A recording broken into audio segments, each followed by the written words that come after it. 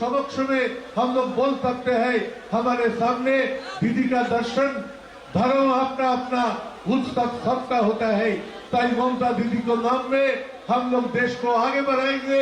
ममता दीदी का धर्मनिरपेक्षता का प्रतीक का रूप से हम लोग देश का सामने ले जाएंगे और हमारे कम्युनल फोर्सेस को हम लोग जरूर ये देश से हटाएंगे। अच्छा रहिए।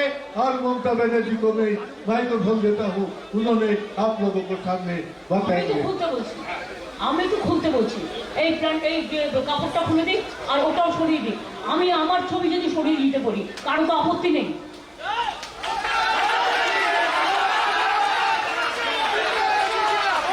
ওটা সরিয়ে পেছনে রেখে দিন, কারণ ওতে দোকানগুলো বাড়িগুলো গার্ড হয়ে গেছে।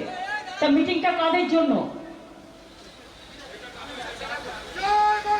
আমি বলছি কেটে দাও, কিছু হবে না, সরিয়ে দাও।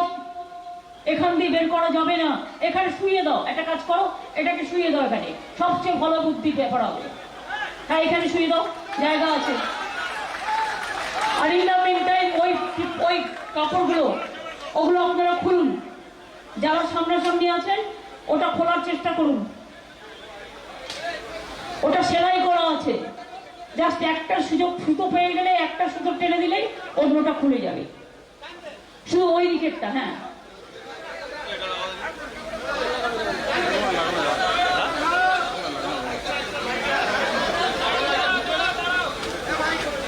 হ্যাঁ, এটা এখানে শুয়ে দাও, কিছু হবে না, পরে তারপরে তোমরা লাগিয়ে দিও। হ্যাঁ, সেলাইগুলো খুলে দাও, কাপড়টা ছিঁড়বে না। যারা সেলাইয়ের লোক আছে সেলাইটা খুলে দাও।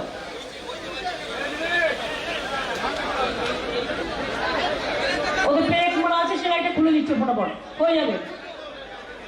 সেদিন তো আপনি বসুন, আমি বলতে বলতে ওটা খুলে যাবে। আর ওর ওখানে পিতল আছে নাকি? আছে, একটা লাগানো আছে। আর কিছু? আচ্ছা, ওটা দোকানদার একটা হাত দেবেন না।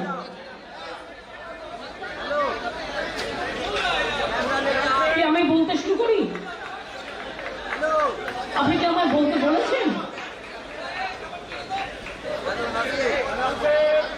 সুদীপ बंदोपाध्याय हमारा कोलकाता उत्तर का उम्मीदवार, तृणमूल कांग्रेस का, जोड़ा फुल सिंबल ईवीएम मशीन में 1 नंबर में है। आप उसको मेहरबानी करके आप जिसी तरह सपोर्ट देते हैं ऐसा ही भविष्य में सपोर्ट देंगे और इलेक्शन में जिताएंगे और बीजेपी की हटाने के लिए आप लोग हम लोग को मदद देंगे। ये आपका पास मेरे को मिनती है, आपका पास आपको दुआ, आपका आशीर्वाद, आपको शुभकामना सब मैं मांगती हूँ। आप लोगों को पता है हमारा साथ सुदीप बंदोपाध्याय, शशि पाजा, स्वर्णमल कमल साहा, विवेक गुप्ता, संजय बक्सी, ऐसे बहुत सारे लड़का लोग, काउंसिलर लोग हैं। लेकिन बारिश का मौसम है, बारिश ज्यादा हो रहा है। 2 दिन से हमारे बहुत सारे लोग, हम रात भर भी उसको लिए हम मॉनिटरिंग किया। हमारा ऑफिसर लोग वोट का बाद पूरा मॉनिटरिंग भी किया है। और अभी भी हमारा सेंटर में, रिलीफ सेंटर में बहुत सारे लोगों ने हैं और उन लोगों को लिए पूरा जितना बंदोबस्त करने का जरूरत है। मैं पहले 3 आदमी को मौत हुआ ये साइक्लोन में, मैं उसको परिवार को हम हमारा दुख, हमारा शोक हम व्यक्त करने चाहती हूँ। मैं जो परिवार लोग हमारा गवर्नमेंट का रिलीफ सेंटर में है, जिसको যাদের পাকা কাঁচা ঘর ভেঙে গেছে, অনেকের ক্ষতিগ্রস্ত পাকা ঘরও ভেঙে গেছে, অনেকের পাটলি ভেঙেছে, অনেকের চাষের জমি নষ্ট হয়েছে, অনেকের দোকান নষ্ট হয়েছে, অনেকের অনেক কিছু ক্ষতি হয়েছে। আমি শুধু এটুকু বলতে চাইবো সাধারণ মানুষের কাছে এবং প্রেস মিডিয়ার কাছে আমার রিকোয়েস্ট থাকবে, এই অ্যাপিলটা যদি পৌঁছানো যায় যে যাদের সব চলে গেছে এই দুর্যোগে, যারা সব হারিয়েছেন, ঘর বাড়ি ব্যবসা চাষের জমি থেকে শুরু করে সবকিছু, আমি তাদের কথা দিচ্ছি প্রশাসন যা যা উদ্যোগ নেবার কাল থেকেই করছে। আগামী দিনও করবেন।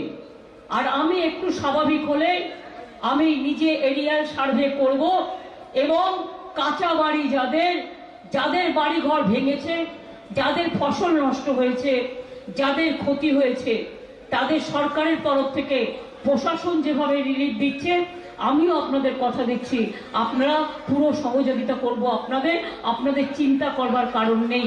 আমি জানি আপনারা দুশ্চিন্তায় আছেন, আমি জানি আপনারা চিন্তায় আছেন, কিন্তু মনে রাখবেন বাংলায় প্রতি বছর আমাদের এটা ফেস করতে হয়, কারণ বাংলা হচ্ছে নদী মাতৃকা দেশ। অন্য রাজ্যে এই ঝড় জল সাইক্লোন ফেস করতে হয় না।